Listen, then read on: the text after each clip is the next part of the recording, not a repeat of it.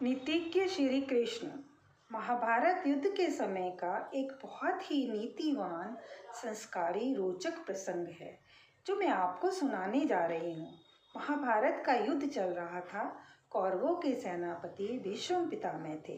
दुर्योधन बहुत ही गुस्से में था कि पांडवों का कुछ नहीं हो रहा था। तो दुर्योधन बहुत ही आवेग और गुस्से से भीष्म पितामह के शिविर में गया और उसने उन पर बहुत व्यंग किए और कहा, आप पांडवों का वध करना ही नहीं चाहते क्योंकि वो आपको ज़्यादा प्रिय हैं। पितामह भीष्म दुर्योधन के व्यंग से इतना आहत हुए कि उन्होंने ये घोषणा कर दी कि मैं कल पांडवों का वध कर दूंगा। द्वारपाल के द्वारा इस घोषणा का पता जब पांडवों को चलता है तो पांडवों के शिविर में बेचैनी बढ़ जाती है।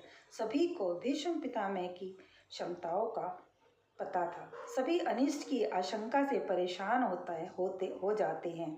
जब ये घोषणा श्री कृष्ण को पता चलती है तब श्री कृष्ण द्रौपदी से कहते हैं, तुम अभी मेरे साथ चलो। श्री कृष्ण द्रौपदी को लेकर सीधे भीष्म पितामह के शिविर में पहुंच जाते हैं। श्री कृष्ण स्वयं तो शिविर के बाहर रुक जाते हैं और द्रौपदी से कहते हैं कि शिविर के अंदर जाकर पितामह भीष्म को प्रणाम करके आशीर्वाद लो। जैसे ही द्रौपदी ने अंदर जाकर पितामह भीष्म को प्रणाम किया तो पितामह भीष्म ने सौभाग्यवती भव का आशीर्वाद द्रौपदी को दिया और जैसे ही उनके मुख से आशीर्वाद निकला उन्हें अचानक याद आया कि आज ही तो उन्होंने पांडवों के वध की घोषणा की थी और आज ही मैंने द्रौपदी को सौभाग्यवती भव रहने का आशीर्वाद दे दिया। पितामह भीष्म मन ही मन मुस्कुराए। उन्हें पता था कि यह सब किसने किया है। उन्होंने द्रौपदी से पूछा, पुत्री, क्या तुम इतनी रात को यहाँ अकेली आई हो या कोई और तुम्हारे साथ आया है? तो द्रौपदी ने कहा, जी पितामह, मुझे यहाँ श्री कृष्ण लाए हैं और वो शिविर के बाहर खड़े हैं। यह सुनकर पितामह भीष्म शिविर से बाहर आए। दोनों ने एक दूसरे को प्रणाम किया।